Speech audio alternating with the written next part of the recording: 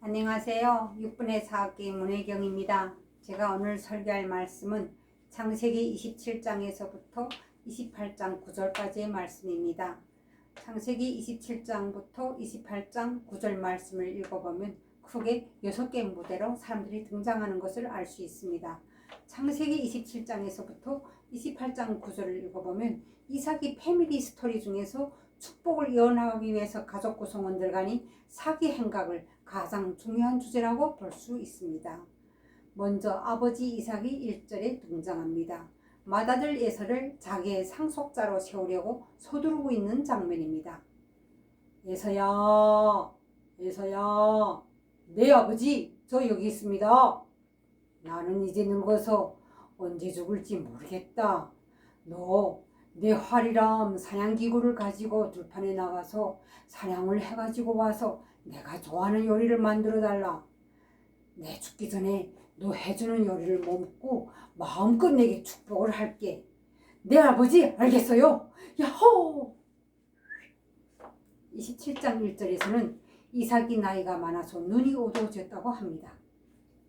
이 첫 번째 무대에서 아버지 이삭은 우리 모두에게 긴장감을 조성합니다. 나이가 많아 육신의 눈이 어두워진 이삭은 아마 영적 분별력도 어두워진 것이 아닐까 하는 것도 암시해 줍니다. 그것은 그의 아내 리브가가 하나님으로부터 받은 예언이 있었기 때문입니다. 25장에서 에서가 자기의 장자권을 팥죽 한 그릇의 동생에게 팔아버린 사건도 있었기 때문입니다. 그리고 27장이 들어오기 전에 26장 34절 35절에서도 에서가 이방인 아내들을 취했다고 간략하게 소개해주고 있었기 때문입니다. 아브라함이 이삭의 아내 리브가를 취할 때 얼마나 하나님께 기도로 구하면서 신중함을 보여주었습니까? 여기에 비해서 에서는 얼마나 비신앙적인가를 보여줍니다. 에서는 장자로서의 사명감이나 자각 같은 것이 전혀 보이지 않는 육적인 사람이라는 것을 알 수 있습니다. 에서는 영적 갈망을 가지고 하나님과의 묵상이나 구본과의 인격적인 만남을 강구하는 것보다는 둘러 뛰어다니면서 사냥을 더 좋아했다고 합니다. 세상적인 안목에서는 아주 시원스럽고 남자답고 소통의 달인처럼 보였을지도 모릅니다. 그러나 영적인 안목으로 볼 때 그는 무가치한 사람이었습니다.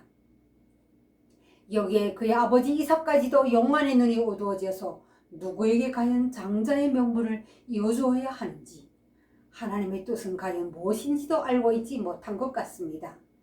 이삭은 눈만 흐려진 것이 아니라 미각이 흐려졌고 촉각이 흐려졌고 청각도 흐려져서 분별력도 잃어버린 것 같습니다.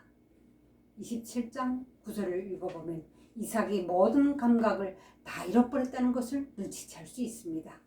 다음으로 두 번째 무대가 펼쳐지는데 창세기 27장 6절에서 이삭의 아내 리브가가 아들 야곱과 등장합니다.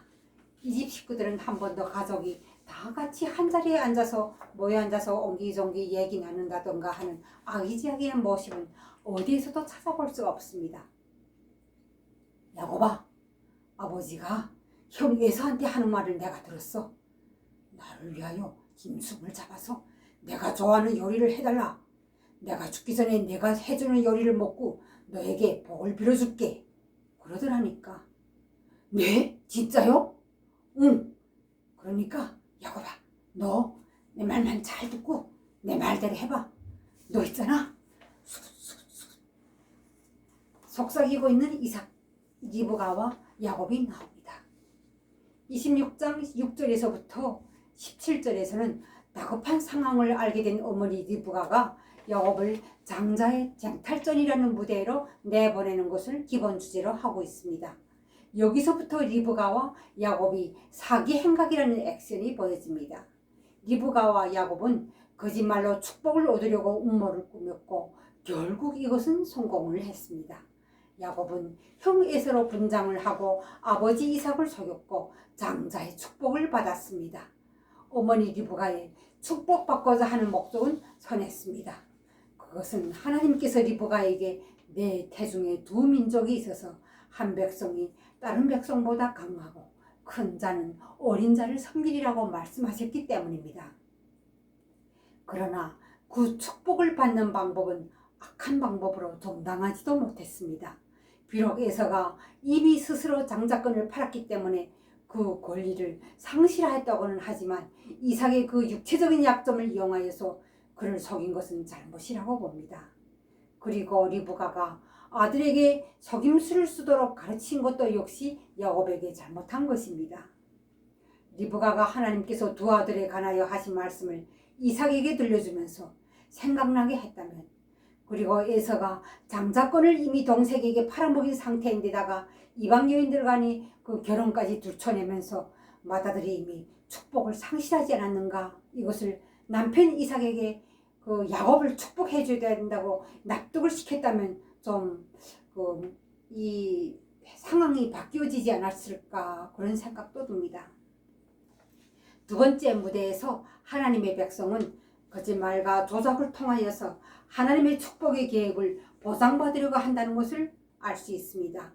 그리고 또 당시 야곱 자체가 그 장자의 명분을 계승하기를 간절히 원했다는 것도 알 수 있습니다. 야곱은 뱃속에서 나올 때부터 자기가 먼저 나오겠다고 형의 발뒤꿈치를 받고 나왔다고 합니다. 거기에다가 하나님께서는 어머니에게 연애 말씀까지 주셨습니다. 큰 자는 어린 자를 섬긴다고. 그런데도 아버지 이삭은 이것을 아는지 모르는지 영적인 축복을 육적인 아들에게 넘겨주려고 하고 있습니다. 여기서 우리가 기억해야 할 것은 하나님의 택하심은 육신을 쫓지 않는다는 것입니다. 영적인 유산은 육적인 사람에게 물려주려고 해도 그렇게 되지가 않습니다. 영적인 유산은 영적인 사람만이 받을 수 있습니다. 다음으로 세 번째 무대가 펼쳐집니다. 여기서는 아버지 이삭과 야곱이 보입니다. 27장 18절에서부터 19절입니다. 야곱이 아버지에게 갑니다. 아버지, 너 누구냐? 저는 아버지의 맏아들 에서입니다. 아버지가 좋아하는 요리를 만들어 왔어요. 이거 맛있게 드시고 나에게 축복해 주세요. 이삭이 물었습니다. 오늘은 왜 이렇게 빨리 사냥을 하고 왔니? 아버지 하나님이 여호와께서 오늘 나로 순적게 사냥거리를 빨리 찾게 도와주셨어요.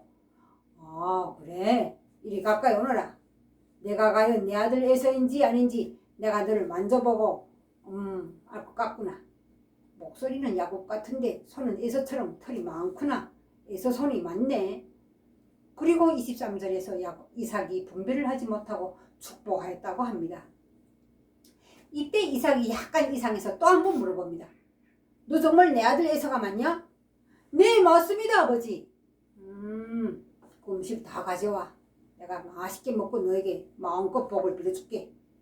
야곱은 엄마가 만들어준 음식이랑 포도주까지 다 아버지에게 따라주면서 아버지가 맛있게 다 두는 것을 거기서 보았습니다. 이삭은 그 자리에서 아들을 향하여 마음껏 축복을 부어주었습니다. 세 번째 무대에서 우리가 얻을 교훈은 일순간 속임수를 통하여 자기 목적을 이루는 것처럼 보이는 이야기 속에서 보여주고 있는 두 가지의 거짓말, 그 위험성을 우리가 알아야 된다는 것입니다. 19절에서 나는 당신의 장자 에서입니다. 이것은 아버지를 속이고 자기 정체성을 속이는 거짓말이라고 생각됩니다. 그리고 그 다음으로는 하나님을 모독하는 거짓말입니다. 야곱은 오늘 내가 사냥을 빨리 하고 이렇게 빨리 시간 안에 요리를 해올 수 있었던 것은 다 하나님의 은혜입니다 하고 사기를 치는 것입니다. 이렇게 남을 속이고 하나님을 모독하는 야곱은 결국 자기도 외삼촌에게서 그 모든 대가를 받게 됩니다. 네 번째 무대는 이삭과 에서의 무대입니다. 30절부터 40절입니다.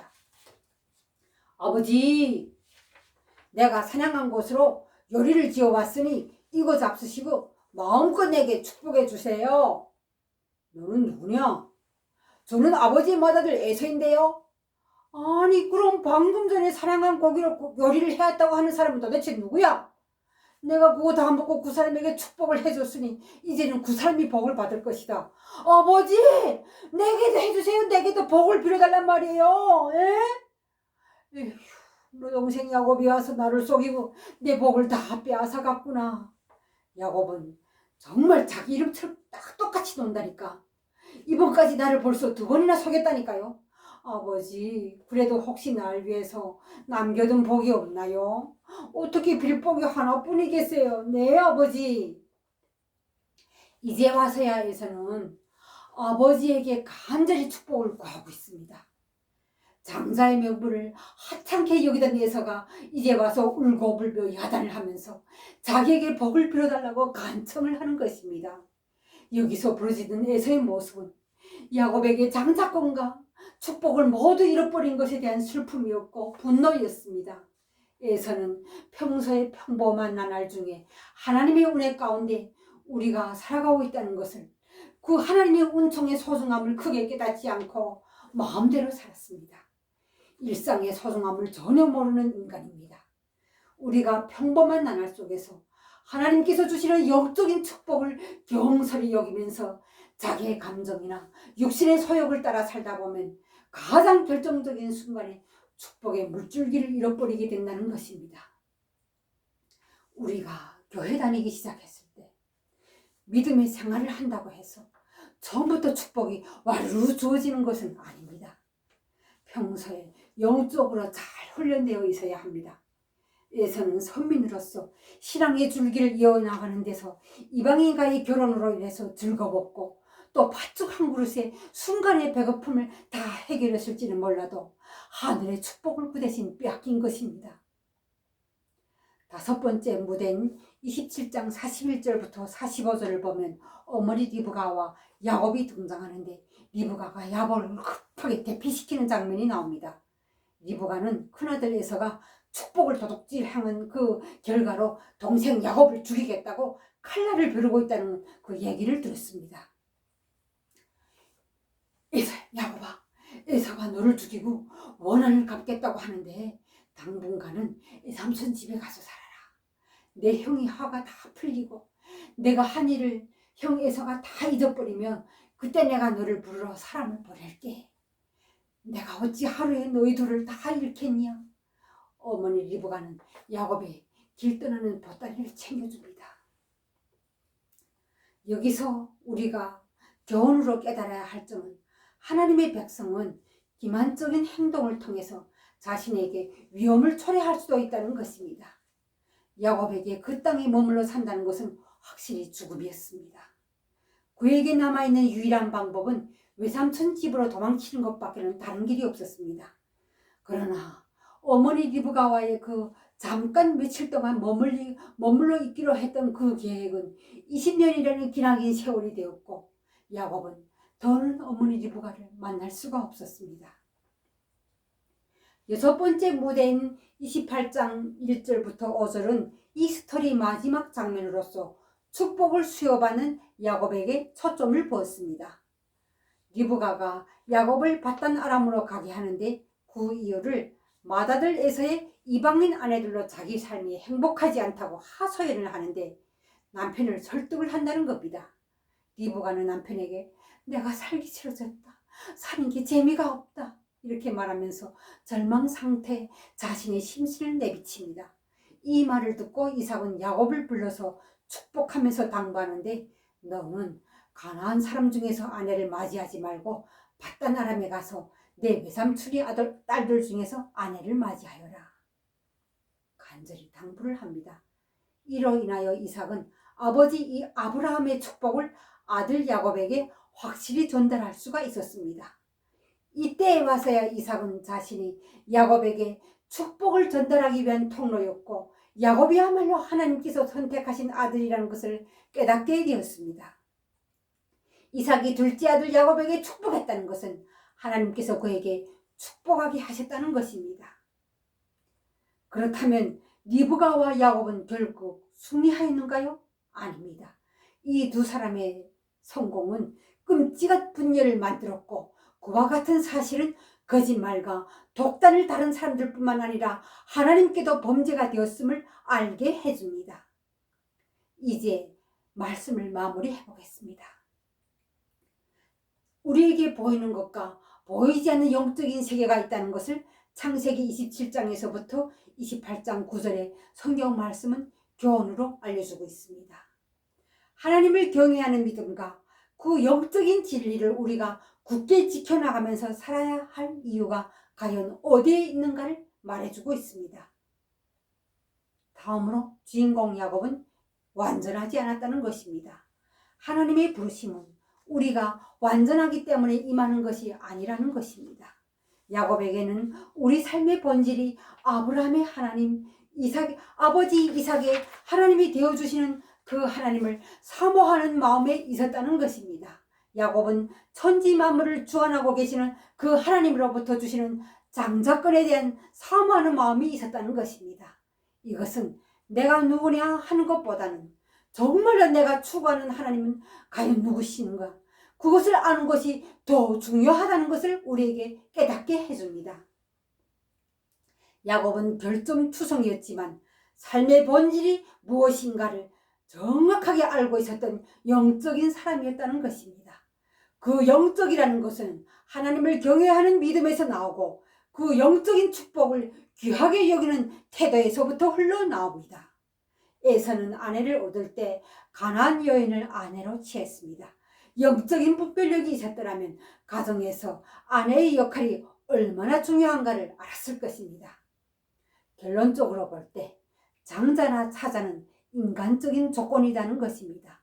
그런 인간적인 조건 때문에 운명적으로 한 개인의 장래가 결정되는 것은 절대로 아니며 하나님의 진리의 말씀과 그 은혜를 경험하고 그 사명에 순종하면서 어떻게 살아가느냐에 따라서 인간의 장래가 결정된다는 것을 말해주고 있습니다. 금수저라고 해서 또 맏아들이라고 해서 다 성공을 하고 축복을 받는 것이 아니라 하나님의 사랑을 깨닫고 이 땅에 독생자 예수님을 내어주시어서 낮고 낮은 인간의 몸을 입으시고 십자가에 못 박혀 죽기까지의 그 하나님의 사랑을 믿음을 가지고 감사하면서 사는 사람은 장자이든지 금수저, 운수저이든지 상관없이 공평하신 하나님의 축복을 받게 된다는 것입니다. 인간의 그 어떤 조건이나 특권이 문제가 아니라 하나님의 역사는 오직 하나님의 은혜 가운데에서 이루어진다는 것입니다. 우리가 비록 실수가 많고 인격이 부족하더라도 그 사람이 오직 하나님을 향한 그 가치를 가지고 살아간다면 결국 하나님 앞에서 유익하게 쓰임을 받게 된다는 것입니다. 영원을 비교해 볼 때 잠깐 흘러가는 나그네 길과 같은 짧은 인생길에서 하나님을 진정으로 만나고 그 하나님의 뜻 가운데서 예수님의 제자로 살아가려고 갈망하면서 몸부림치면서 노력하며 살아가는 사람들은 하나님께서 그의 모난 부분들까지도 치유해 주시고 다스려 주시면서 그 모든 약점들을 끝까지 참아 주시면서 고쳐 주시면서 결국에는 하나님의 섭리를 이루어 나가게 된다는 것입니다. 여기까지입니다.